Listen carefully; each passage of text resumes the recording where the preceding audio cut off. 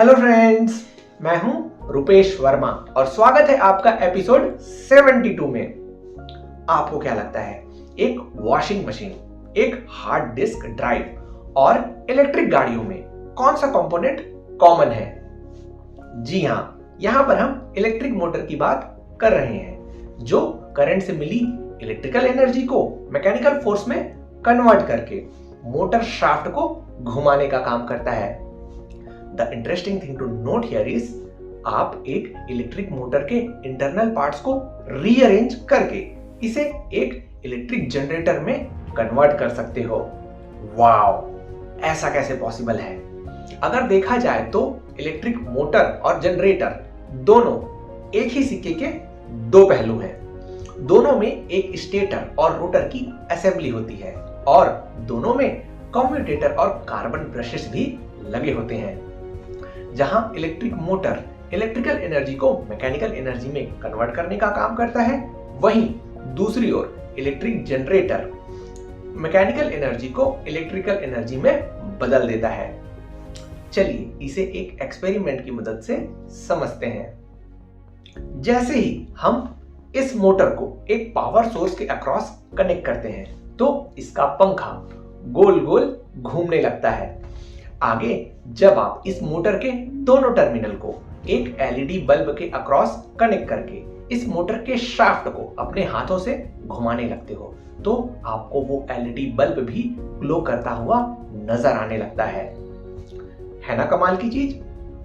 Basically जब आप किसी कंडक्टिंग कॉइल को मैग्नेटिक फील्ड लाइंस के बीच में मूव कराते हो तो उसमें इलेक्ट्रोमोटिव फोर्स या ईएमएफ इंड्यूस हो जाता है और सर्किट के पूरा होते ही उस कॉइल में करंट फ्लो करने लगता है। Remember Faraday's law of electromagnetic induction? Overall आप ये कह सकते हैं ये पूरा का पूरा एनर्जी कन्वर्जन का ही खेल है। As we know, energy can neither be created nor destroyed. इसे आप सिर्फ एक फॉर्म से दूसरे फॉर्म में कन्वर्ट कर सकते हो और इसी फंडामेंटल प्रिंसिपल को ध्यान में रखकर ही रीजनरेटिव ब्रेकिंग सिस्टम को डिजाइन किया गया है। Now pay attention. जैसे ही आप अपने गाड़ी का ब्रेक लगाते हो, ऐसा तो नहीं होता कि आपका व्हीकल वहीं के वहीं रुक जाए, है ना? बल्कि धीरे धीरे डिसेलरेट होते हुए एक सेफ डिस्टेंस कवर करने के बाद ही आपका व्हीकल जाकर खड़ा होता है। इसका मतलब ब्रेक लगाने वाले मोमेंट से लेकर गाड़ी के खड़े हो जाने तक उसके पास सफिशिएंट काइनेटिक एनर्जी अवेलेबल होती है जिसे यूजफुल पर्पस के लिए हार्नेस किया जा सकता है। आजकल ज्यादातर गाड़ियों में फ्रिक्शन ब्रेक्स लगे होते हैं जो इस अवेलेबल काइनेटिक एनर्जी को हीट एनर्जी के फॉर्म में लॉस करा देते हैं। And now with the arrival of electric vehicles, जिनमें आईसी इंजन्स की जगह इलेक्ट्रिक मोटर लगा होता है, इस काइनेटिक एनर्जी को कन्वीनियंटली हार्नेस किया जा सकता है। कैसे? चलिए समझते हैं। एक्चुअली इलेक्ट्रिक गाड़ियों में जैसे ही आप अपना पैर एक्सेलरेटर पैडल से दूर हटाते हो, आपका ईवी ऑटोमेटिकली रीजनरेटिव मोड में चले जाता है और आपके ईवी को ड्राइव करने वाला इलेक्ट्रिक मोटर एक इलेक्ट्रिकल एनर्जी प्रोड्यूस करने वाले जनरेटर में कन्वर्ट हो जाता है।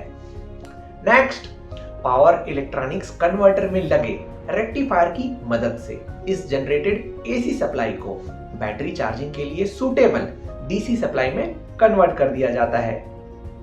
एंड दैट वे आपके डिसेलरेटिंग कार की काइनेटिक एनर्जी आपके इलेक्ट्रिक व्हीकल के ड्राइविंग रेंज को 10% तक बढ़ा सकती है। Here is a word of caution too. Regenerative braking से आपकी गाड़ी पूरी तरह नहीं रुकती। इवेंचुअली आपको फ्रिक्शन ब्रेक भी अप्लाई करना होगा to bring the car at complete rest. इस प्रोसेस को टॉर्क ब्लेंडिंग कहा जाता है।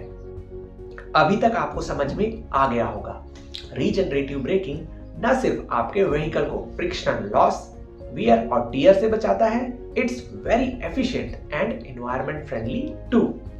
आपको रीजनरेटिव ब्रेकिंग टेक्नोलॉजी के बारे में जानकर कैसा लगा मुझे कमेंट करके जरूर बताएं। एक एक्साइटिंग एपिसोड के साथ आपसे फिर मुलाकात होगी। अगले हफ्ते। तब तक keep commenting, keep sharing. Happy Sunday, happy learning.